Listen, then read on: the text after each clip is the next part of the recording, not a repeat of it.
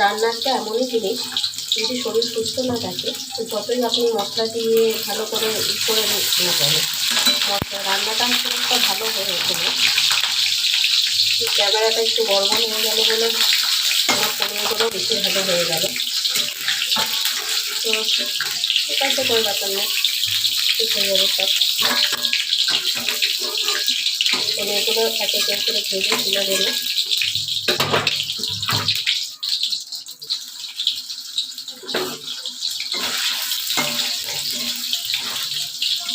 শরীর খারাপ থাকলে যেন মন মেজাজ কিছুই ভালো থাকে না, তখন আর কিছু ইচ্ছেও করে না যে ভালো মন্দ রান্না করি। তখন মনে হয় যেন কেউ রান্না করে দিই তা আমি বসে বসে খাই। বাট একা সংসারের থেকে সেটা সম্ভব না, সব কিছু করতেই হয়। এক এক সময় রান্না করি আর ভাবি এই রান্না নিয়ে এককাল আমার শ্বশুরবাড়িতে আমাকে কত কথা শুনতে হয়েছিল, যেহেতু আমি সবই জানতাম তাও আমাকে রান্না নিয়ে শুনতে। এটা মেয়েদের একটা কপাল, মেয়েদের ভাগ্য বলা চলে, যে যতই কিছু আপনি জানেন না কেন কিন্তু শ্বশুরবাড়িতে সে কথা আপনাকে শুনতেই হবে, যে হয়তো মা কিছু শিখিয়ে দেয়নি, মা কিছু শেখায়নি, এই কথাটা শুনতেই হয়।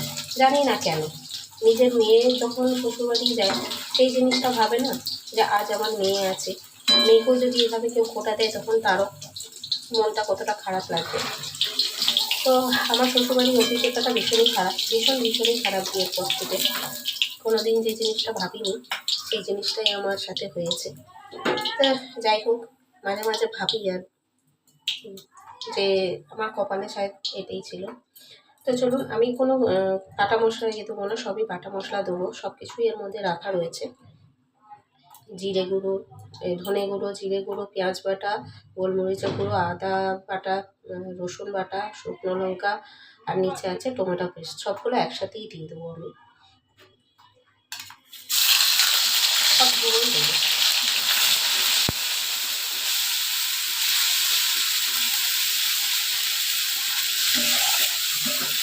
এটা বলছিলাম, জানি না মেয়েদের ভাগ্যটা এরকম কেন হয়।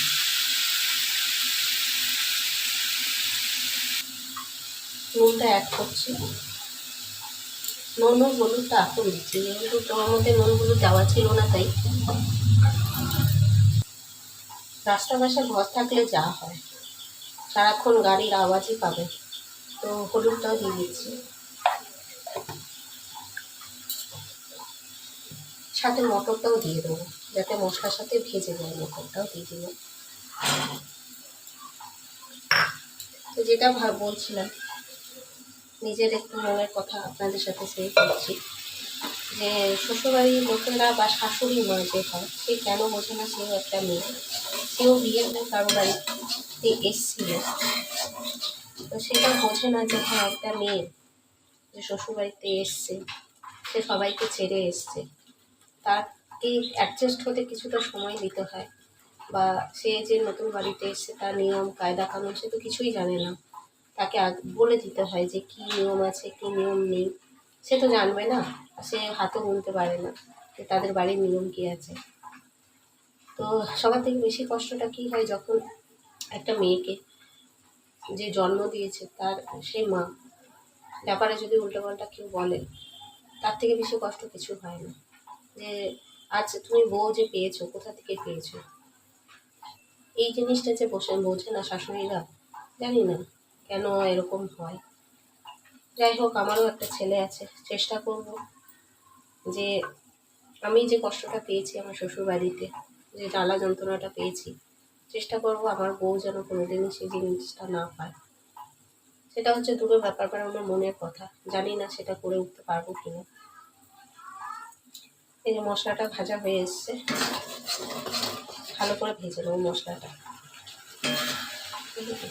একদম পেস্ট। আমার বর আবার এরকম পেস্টওয়ালা মানে গ্রেভি হলে পরে খুব ভালো খায়, তো বলে যে মুখের মধ্যে যাতে না লাগে ওই জন্য পেঁয়াজ বেটেও দিয়ে দিয়েছি, কোনো কিছু আমি কাটাকুটি দিয়ে বেটে দিয়েছি সব কিছু।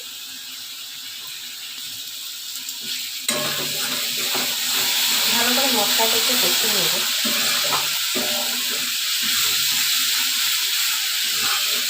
এক এক করে যখন বাড়িতে একা থাকি চিন্তা করি যে আমার মতন যেন কারোর ভাগ্য না হয়, বা আমার সাথে যা যা ঘটেছে কোনো মেয়ের সাথে এরকম যেন ঘটনা ঘটে না। তাও ভাবি যে এই পৃথিবীতে আমি তো একা না, অনেক মেয়েদের সাথে এরকম আমার সাথে যা হয়েছে শ্বশুরবাড়িতে অনেকের সাথে হয়, এর থেকে বাজেও ঘটনা ঘটে। অনেক অভিজ্ঞতা কিন্তু এই জীবনে পেয়েছি আমি ছোটোবেলার থেকেও, বাপের বাড়ি থাকতেও অনেক অভিজ্ঞতা হয়েছে, অনেক কিছু দেখেছি, কিন্তু অনেক লড়াইও করেছি। আমার জীবনে অনেক লড়াই আছে, অনেক ঘটনা আছে, যদি বলতে যাই তো সকাল থেকে সন্ধ্যে হয়ে যাবে, তাও হবে না, বলা যাবে না, শেষ হবে না। বলবো সবই আস্তে আস্তে বলবো, তোমাদের সাথে যখন বন্ধুত্ব করছি সবই কিছু তোমাদের সাথে শেয়ার করবো, যেটা করা যতটুকু করা। সব কিছু তো হয়তো করে ওঠা যাবে না, বা সব কিছু বলা যায় না। বাট তখন বিয়ে করেছি, বিয়ে হয়েছে, শ্বশুরবাড়ি যখন গিয়েছি, এই অভিজ্ঞতাটা যে আরও মারমার্থিক আমার সাথে ছিল, আমি জীবনে কোনোদিন ভাবিনি যে এরকম কোনো অভিজ্ঞতা আমার সাথে হবে বিয়ের পরদিন থেকে। বিয়ের পরদিন বলবো না, আমার রেজিস্ট্রি হওয়ার পর থেকে, বিয়ের আগে আমার রেজিস্ট্রি হয়েছে, রেজিস্ট্রি হওয়ার পর থেকে বিয়ে হওয়ার 3 দিন আগের থেকে তো মারাত্মকভাবে একটা অভিজ্ঞতা শুরু হয়ে গেছিলো। বুঝতে পেরেছিলাম যে কিছু একটা ঘটতে চলেছে, তাও যেহেতু আর কোনো কিছু করার ছিল না, তাই জিনিসটাকে মেনে নিয়ে চলতে চেয়েছি। বাট শেষ আর রক্ষা করতে পারিনি। মশলাটা ভাজা হয়ে গেছে, এবার একটু জল দিয়ে দেবো হালকা গ্রেভির জন্য। সেটা কিন্তু ঝোল ঝোল করবো না, হালকা একটু গ্রেভি রাখবো। রুটি দিয়ে খাবো তো, একটু মাথা করতে করে খালে আমি।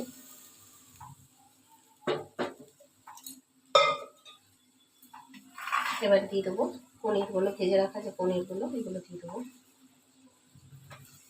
ফুটে উঠেছে, তার মধ্যেই দিয়ে দিচ্ছি যাতে ঝোলগুলো, মশলার ঝোলগুলো এর মধ্যেও একবার মিশে যায়, খেতে খুব সুন্দর লাগবে।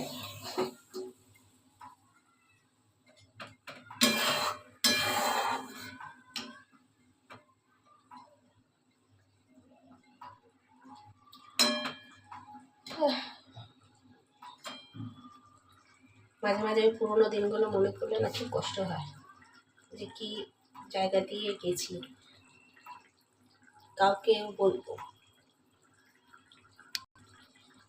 কাউকে বলাও যেত না,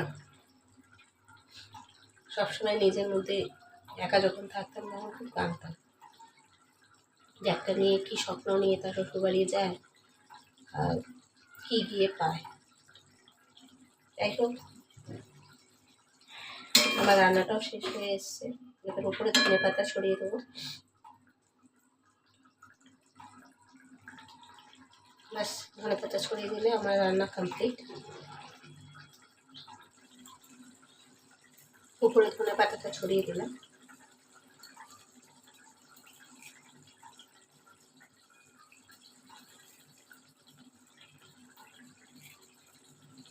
এইভাবেই নামিয়ে দেবো, যেহেতু এটা রাতে আবার যখন একটু হালকা গরম করবো তখন ঝোলটা আপসে টেনে যাবে, গ্রেভিটা যতটা একদম মাখো মাখো হয়ে যাবে। এই জন্য এই অবস্থায় যতটুকু আছে ততটুকুর মধ্যেই নামিয়ে দেবো। তো কেমন লাগলো আপনাদের ভিডিওটা নিশ্চয়ই জানাবেন। ওকে, বাই।